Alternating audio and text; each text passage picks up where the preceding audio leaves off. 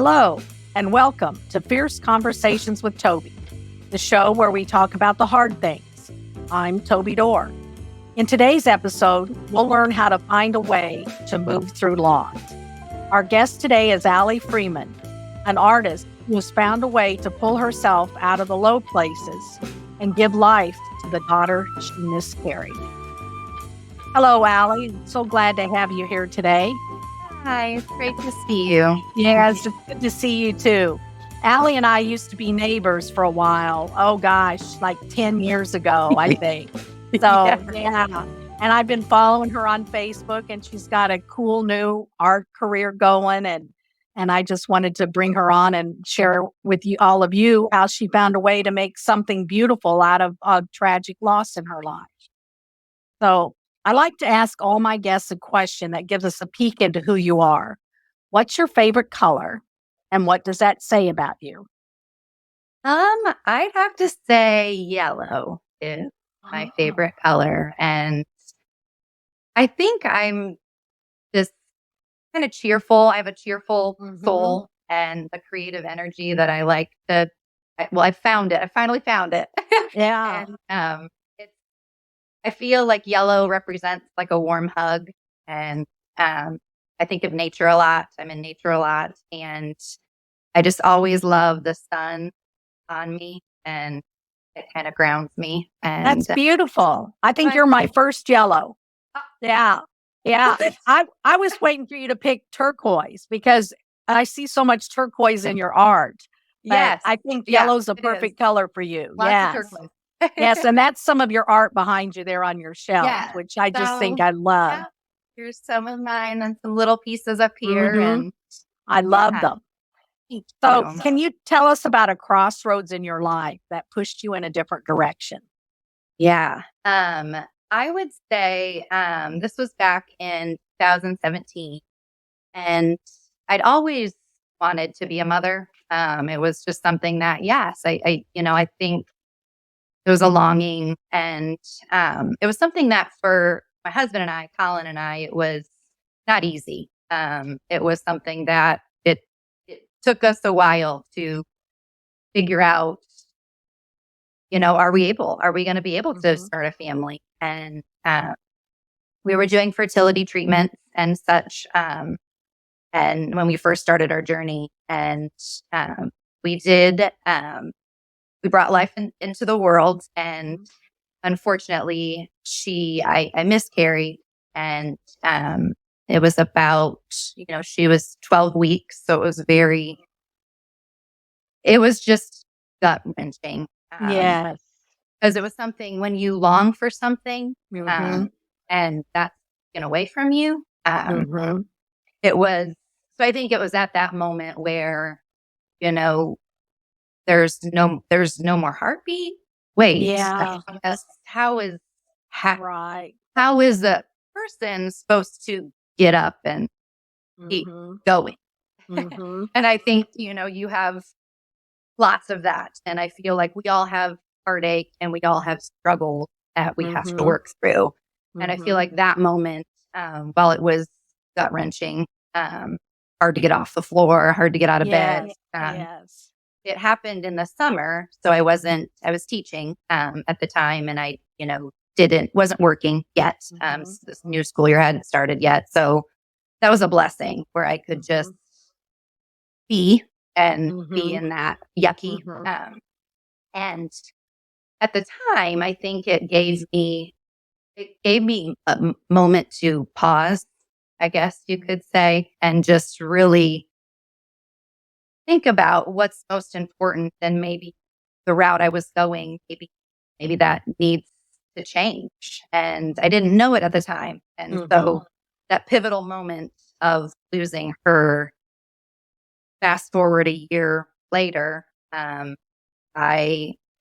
we were able, my son, we conceived him like 3 months later after losing her. And it was still, yet again, you have that. I've always been a very positive thinker, doer, but it was always in the back of my mind that, like, hey, this might turn out the way it did before. Yeah. Mm-hmm. Mm-hmm. So, but it didn't. And Yeah. yeah, it was about a little over a year later, and Lachlan was born, and it was just incredible. Mm-hmm. Having that such loss, and then there's this life after it, and Mm-hmm. he's been this, a perfect addition to our family, and Mm-hmm. yeah, I can keep going. Yes, yes. I think it's just beautiful. And so many people, I think, relate to or struggle to relate to having a miscarriage because it's like, well, you just go on. You just have another one. It's not a big deal, but it is a big deal. It's a huge deal Absolutely. because So from the moment you feel that baby, you you you feel alive and life is there um and to you it's real and losing a baby. I've never had a miscarriage, but I did lose a baby shortly after birth. And you lose this hope for the future. You lose your plans. You lose everything you thought you were building, and to not be able to share it in some way, to have something to mark this loss just makes it even more painful, I think. absolutely. But you Absolutely. have And a beautiful way to memorialize her. and it took me, and it's very interesting because I had my son, and I had him in the summer, so I decided I was going to keep teaching that year. And that's just my plan. I was going to be a mom, and I've always been a teacher. And then that year of teaching with him was so difficult. I just felt like I couldn't do both well. I felt like, Mm-hmm. and um, and I think I just was able to. I think I gave me, like, I'm gonna what's best for me, Mm-hmm. and I don't know maybe it was just like, hey, you've been through some stuff, and it's okay to not be a teacher. It's Yeah. okay to step away Mhm. from that, and it took me a while to get there. Yeah. And that, when you're in between trying to, what should I do? Should I go right? Should I go left? Mm-hmm. And I finally said, hey, I think I'm going to step away. 11 years. I put 11 years in the classroom, And and I loved it. I know it was your life when I knew you. You were so into your students and all the things for your classroom. Yeah. And I decided to step away, and I honestly think it was like a Morrison, like, I think it was her wink. Like, hey, mom, hey, take time for you. Yeah. Just be a mom. Mm-hmm. And that's what I did. And it wasn't until, Renee, who my mother-in-law, we were visiting, and still to this day, I'm like, man, she would always take ripped pages. She would go through magazines she would get in the mail, and she would rip out pages of things that reminded her of me or things that I would love. I do the same thing. I rip pages out of magazine. I have a whole drawer full of them. Of like inspiration, or maybe I'll see this tomorrow or in a month, and it'll spark something.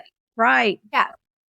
So I was looking through them, and I see this family portrait made out of rock, and they were perfectly shaped, like they'd been tumbled, and they were just in this cream background. And it was just, I looked at that, and Toby, it like stopped me. And I had to take a breath, and I said, hey, I think I can use all of this creek glass that I've collected for, like 7 years. We've walked the creeks. And I said, I think I can use those pieces and make family portraits of my own. Mm-hmm. And that's when it started. And yeah. And you called that collection Morrison Creek after the name you were going to give your daughter. Yeah, that's just beautiful. It's looking back, and I just, with that heartache and that the lowest of the low, Mm-hmm. I'm just able to almost celebrate her in all those that I've made for other families, and they're all one of a kind. And Mm-hmm. it just gives me, I guess it gives me hope. Mm-hmm. Her life lives on, even Mhm. though we Yeah. lost her so soon. And Mhm. Yeah, her spirit's out there for sure. Yeah, I think that's beautiful. What is something you would tell other mothers who are experiencing miscarriage? and as I look back, I held a lot in. Like Mhm.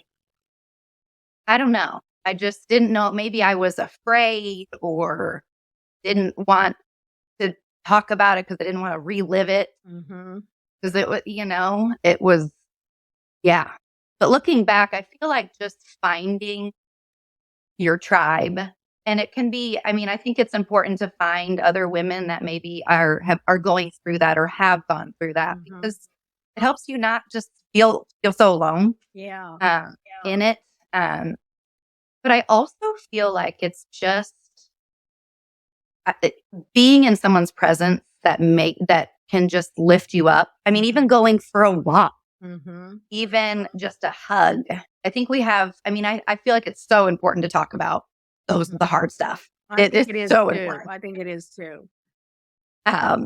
But sometimes there's just a pressure to that. Mhm. And I think just finding someone that you're comfortable with, and even a group of women that struggle and are going through the same things that you are. Mhm. Don't feel afraid, and it's okay to not be okay. Yeah. After I lost my daughter, she lived for 18 and a half hours. It was like, you go on in your life and you meet new people and you don't bring her up because they're going to feel uncomfortable. Like, oh, now what do I say? So I felt like she became a secret, which just made it hurt even worse. Absolutely, and I feel like that I was the same way. Like Mhm. I kept it. I mean, yeah, yeah, and I think that's exactly it, Toby. Yeah. Just it's then yeah, those people become uncomfortable when you share that such Mhm. a heavy stuff Mhm. with them. So, so I think it's also important to find other women Yes, who I think it is can too. feel that. Mhm. I think it is too. And, in some ways, I think miscarriage could even be more difficult than losing a baby because at least when your baby's born and lives for a little bit, you get to hold her for a minute. At least you have that. And when you have a miscarriage, you just have a void. I think that And would be really tough. speaking of that, we we had decided to let her leave naturally, Ah. and so it was, in my bathroom, Mhm. and Yeah. but it was, yeah. And then thinking like back, to Lachlan, like, yeah. Speaking of her and then him, Mhm. I was able to naturally deliver him, and that I think I had her. And I think I was able in this mindset that like I can do this, I can do this for her, I can do this for him. Mhm. And um it was a beautiful, Yeah, I beautiful. think that is beautiful. And I've learned that there is mitochondrial DNA from each one of your children that's still in your body. So there is still DNA of Morrison's in your body. So in a way, she does live, and I just find that so, my husband thinks it's creepy, but it's like, I think it's the most reassuring thing ever. It's just proof Yeah, that she was there for however long she had. She was there. absolutely. Yeah. Yeah. I think that's just beautiful. So I just love that the creek has become your special place to feel Morrison. I mean, what more beautiful place is there besides walking along a creek? you know? There really isn't. Like Yeah. I just feel grounded. I mean, I'll Toby even go there when like my son will even be like, Mom, can we go to the creek today? Like, yes, buddy. Yes. Let's go. Have our Yes. bucket of and Uh-huh. um it's just happiness. I feel at peace. I just can leave the noise, Yeah. and And I love he takes this little pail and he finds things for you too. I just think that's beautiful. Yeah. it's so and he always this is I don't even know if I said it once, but it's the cutest thing. He'll pick up something and go, jackpot. That's pretty funny. All right, buddy. So, It's just a happy yeah, I love that. It's a good place to be centered, and out in nature is just so healthy and wholesome. yes, That's just yes. beautiful.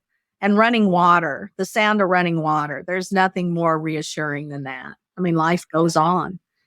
That's right. Your promise is to add new life to pieces that have been left behind. And you have done that. You now have an active presence in the art community of mid Missouri. You found a way to make beauty out of discarded pieces that others might call trash. I can see how that does fill one's soul. When you pick up a piece, I'm curious, does a vision come to you? Or do you just sit down and start to build something and the finished product kind of builds itself? It's a little bit of both. Mm-hmm. So when I do pick up pieces, I feel this warmth. Mm-hmm. And I just feel like she is one with the water. I feel like Mhm. she's there, she's Mhm. present. And when I do make a piece, then it's just these like broken. I mean, I have some pieces and Yeah, hold like some up. this one I don't, Oh, there you go. Oh, yeah, a bottle. it says Columbia Mo Uh-huh. on it. I love And they're that. just raw. I mean, I have like a Clorox. That's Toby. Oh, wow, that's Can you cool. see? Yeah, I can. No. Uh-huh. A Clorox bottle. That's So cool. yeah. Yeah. So they're just these pieces are just broken. Uh-huh. They're broken. They're raw. Discarded. Nobody else Discarded. wants them. Yeah.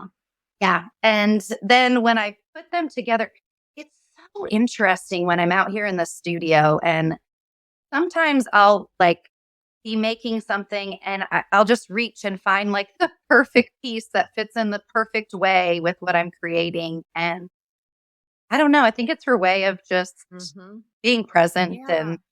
and it's pretty wonderful. I think that is beautiful. I think that's beautiful. So, what's one question you wish I'd asked you? Is there something you'd like to add that we haven't talked about? Oh, it's Toby putting me on the spot.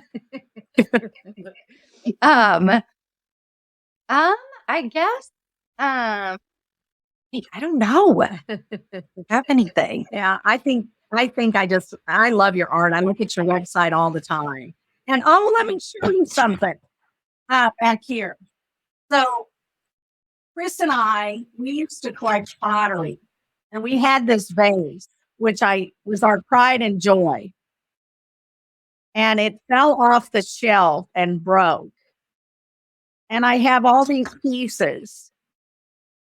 And I think, well, I'm going to be an alley. I'm going to do something with these pieces. Chris was like, let's throw them in the trash. And I was like, no, this was our pride and joy, this vase. It was a roofwood vase. And I just loved it.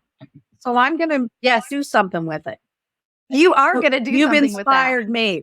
Yes. That's right. That's right. I mean, when I think just like, and this is just like a turning point, I think, for me where it was hard. Like I had my first gallery show and it was something that, I had made, I still make like small pieces. Still to this day, like little 5x7s. And I saw that one on the website. Yeah. yeah, like I love making and such, but I had a friend of mine, she goes, Allie, hey, what do you think about having your own like gallery show? And I said, like big things on the wall? Like, I don't know. and I said, well, I mean, I guess, do you think I can? And she was like, absolutely, I think you can. And so, yeah, I made like big pieces, Toby. And it was something that I like, didn't think I could do. Uh-huh. So I think it's just believing in yourself. And if something makes you feel good and makes you feel happy, then do it. Yes. Don't stop. Don't just get started. Mhm. And so I did. And I remember being in that show and I felt like this warmth, yet again, the yellow. Uh-huh. And there was a gal that came in and she had looked at everything and she came up to me and I've never met her before. And she goes, Ali, she goes, you're an artist. Yes, you are. And she said, you're an artist. And I looked at her and it was like the first time where I was like, huh. And I said, I am an artist. And it felt so like this. Yes, Mhm. you're doing it. You're doing something you love. You're honoring that little life you didn't get to meet. And it was just full circle. Yes. And Yes, I think that's beautiful. so you make something out of that. Toby. Yes, I'm going to, and I'll show you what I make too. Yes, I will. And I love that you are doing that. I've had lots of people have reached out and said, I broke something. Mhm. Can you use that? Can you make something out of it? Can you add your glass to it? Or can you just make something out of this pottery? Because it was very special to me. And I love the family portraits, my Morrison Creek portraits. It's just will always have my heart. Yes, I just love that. So I know you'd say that each piece of cracked glass you find reminds you of Morrison, your love for her and her love for you. And the jagged edges remind you of the pain and the loss of her life before you even got to meet her face to face. But when the pieces are put together with other broken pieces, a beautiful creation comes to life. These creations bring light to the darkness and become a gentle reminder of the peace that overflows into joy as the story of your family continues to unfold. What a beautiful tribute. I just love it. Thank you. Thanks so much, Ali, for being on with us today. Absolutely. Remember, none of us is our worst mistake. We all have so much more to offer the world, and those so-called mistakes are lost opportunities to learn and grow. Next week, we'll continue to bring you inspiring stories by people who've identified a need for change and are working to make a difference in the world. Subscribe to our Patreon channel, Fierce Conversations, for special access and behind-the-scenes info. Go to patreon.com/Fierce Conversations or click on the link in the show notes. 10% of the Patreon proceeds is used to provide workbooks to women in prison. In my memoir, Living with Conviction, I recount a conversation I had in prison where my friend Lisa told me, in here, we can talk about all the hard things. In fact, I think we must, and so we shall. The show notes also provide a link to purchase my book, Living with Conviction, and a link to Ali's website. This is Fierce Conversations with Toby. Until next time.